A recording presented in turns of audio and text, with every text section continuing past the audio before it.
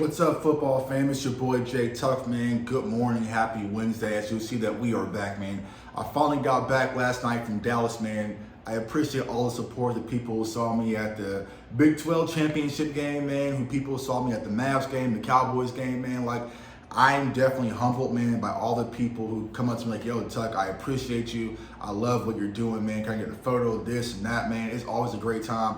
It still doesn't sink in that like people recognize me, man, but I definitely enjoy it and I'll never take that for granted. But I want to talk about something, man, because we're being 1,000% transparent in these morning videos, right? Your goals do not care about excuses. And why I'm saying that, right? I got to Dallas Friday night, right? Mama's cooking, right? Saturday morning, I had to be up at the stadium at AT&T around 8 o'clock. Jerry Jones had a whole breakfast buffet laid out for us. He had a lunch buffet, all sorts of food, all sorts of snacks. Didn't really have a gym in Dallas I can get to in time. Didn't work out. Sunday was at the tailgate. Y'all saw me out there, right? So I didn't stay on track for those last 3 days. Monday, I got back on track, right? And yesterday as well. But, for those 2 to 3 days, man, I just wasn't in my routine. I didn't work out. I didn't track my calories. But at the end of the day, nobody cares, right? So it's like one of those things where your goals do not care about excuses. I'm not going to be able to hit my goal that I'm aiming for in this channel in June and be like, oh, well, I didn't meet my goal because I went to a Cowboys game and had fun, right? So sometimes you got to make sacrifices. And I'm kind of learning as I talk to my trainers, like, yo, bro, you might got to sacrifice and give up some stuff if this is what you're going. I'm not trying to hear no excuses, which I definitely understand. But speaking of the Dallas Cowboys, man, good news on this Wednesday morning.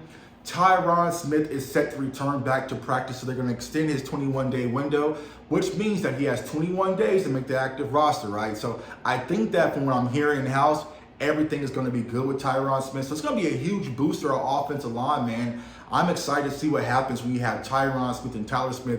I talked about it frequently, and thus far, our offensive line deserves a lot of credit, man. You think about Tyler Biadasz. I know a lot of people had question marks when it came to Tyler Biadasz, right?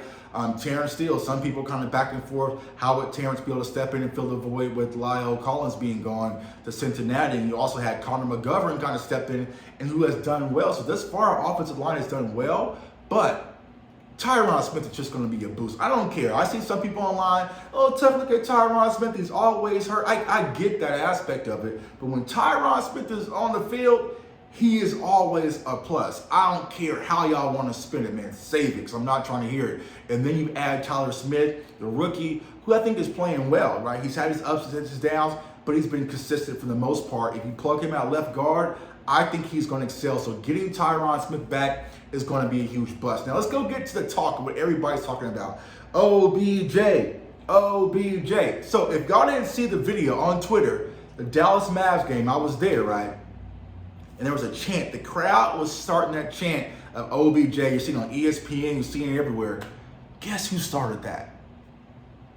Your boy, man, your boy. So I was at the Mavs game and everyone was tweeting me like, Tuck, talk to OBJ, talk to OBJ. Well, of course, I knew I was gonna get that damn close to OBJ, right? So it was a timeout break. I was like, all right, what can I do to help y'all? Y'all know I kind of voiced my opinions with this whole Odell Beckham Jr. signing, right?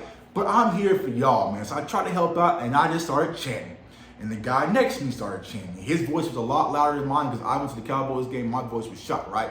He started doing it. The guy next to me started doing it. And all of a sudden, it elevated. But when it comes to the Odell Beckham Jr. situation, we are now in a tricky situation because Jerry Jones has kind of come out. You're hearing some leaks about, when is he actually going to be available? And of course, from the Cowboys standpoint, what I've been saying, I want him available now. I don't care about Odell Beckham Jr. next year. I can go get you 4 of them. 4 wide receivers in the draft. Y'all know how we do on this channel. I'll go and get you some, right? But I'm worried about getting Odell right now. But if he is not going to be available to maybe the very last week of the season and then have to be tossed into the playoffs, it's just not going to work for me, y'all.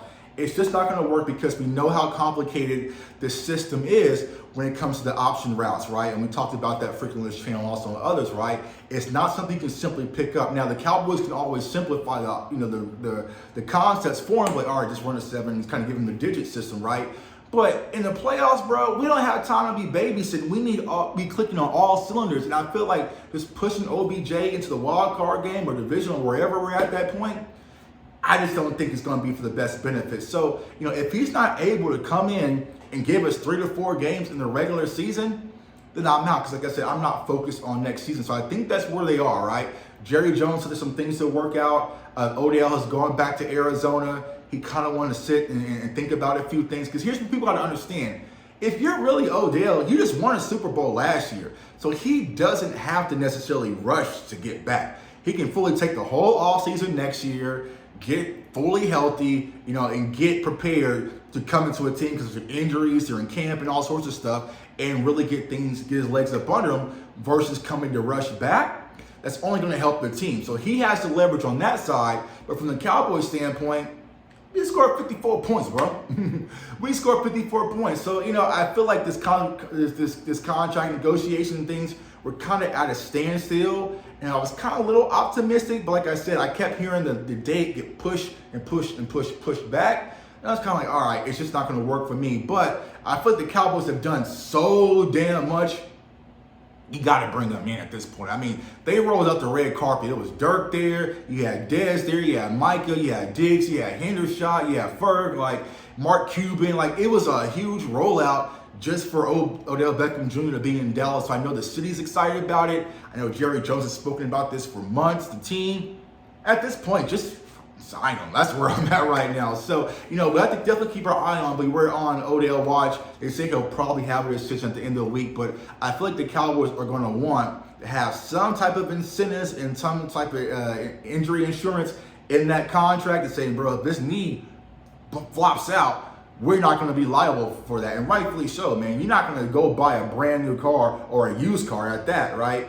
Without being able to test drive it, and it's like, nah, Jerry's not gonna do that. He's a smarter businessman than that. I know Steve's gonna do it, man. So boy J Tuck, comment, like, subscribe. I appreciate all the support, man. We're gonna have some fun this weekend. I apologize for the pregame show on Saturday. I was on the road, or Sunday, just wasn't working out. So we're gonna come back and drop some bangers this week as we get prepared for the Houston Texans.